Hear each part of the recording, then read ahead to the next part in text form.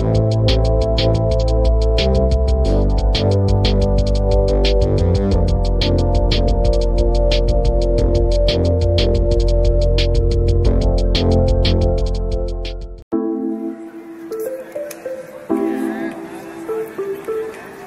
Buru SCBD dan sekitarnya. Nah, ini merupakan episode 3 Pak. Kalau dalam pembahasan pasalnya ini baru pasal kedua lah. Nah, kali ini kita bakal ngebahas yaitu terkait dengan pemerkosaan dalam rumah tangga, atau bahasa kerennya itu marital rape Pak. Nah, banyak orang yang menanyakan ke gua, masa bisa sih orang udah suami istri masa jatuhnya diperkosa? Masa bisa sih orang udah nikah segala macam jatuhnya pemerkosaan? Gue bilang bisa Pak.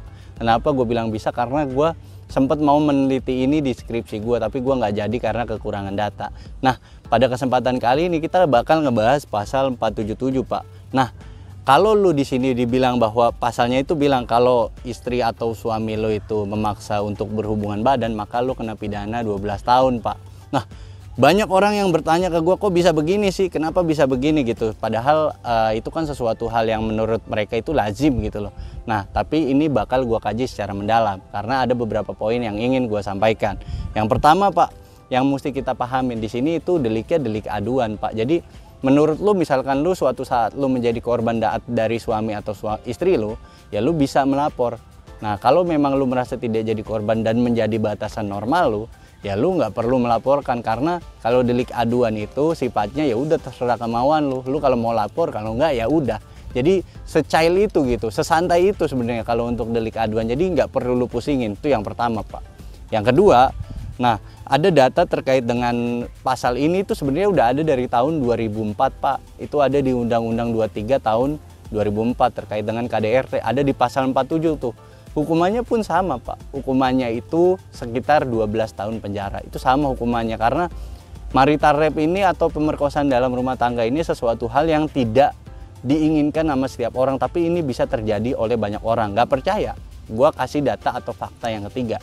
Nah, data atau fakta yang ketiga ini terkait dengan korban-korban yang menjadi marital rape ini, korban marital rape. Contoh sederhana, di tahun 2015 ada laki-laki yang ingin bersetubuh dengan istrinya dengan memaksa, sampai akhirnya istrinya kan lagi sakit Pak.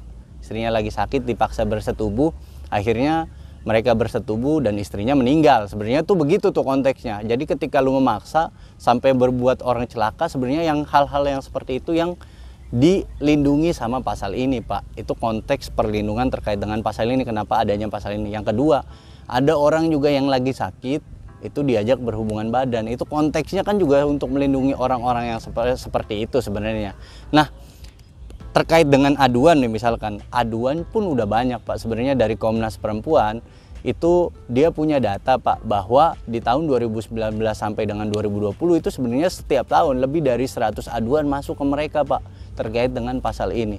Dan ini fakta yang keempat Pak, dan lebih mencengangkan bahwa pasal ini atau keadaan seperti ini itu sebenarnya pernah disidangkan di Bali Pak di tahun 2015, sampai akhirnya si suami yang melakukan hal tersebut itu kena pidana 10 bulan Pak. Itu ada putusan hakimnya, dan berikut ada foto-foto beritanya Pak yang bisa gue tempelin di samping gue.